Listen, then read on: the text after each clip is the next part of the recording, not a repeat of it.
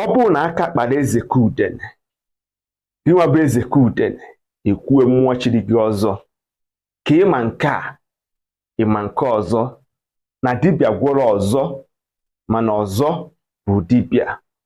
Ọ bụrụ na agwa nwa amadi a n'ofu mbọsị na ọ ga-adịrị ya otu a, ọ ga-asị gị chaa, ọ sị na ọ nwa ihe siri ike, na ọ ma ihe karịa ya obi, na ọ ma ihe na-ejere ya ozi. Ka m gwa gị nwanne nwoke, ị na-eme ihe ọjọọ, sepụ aka enwe n'ofe tupu ọha aka mmadụ.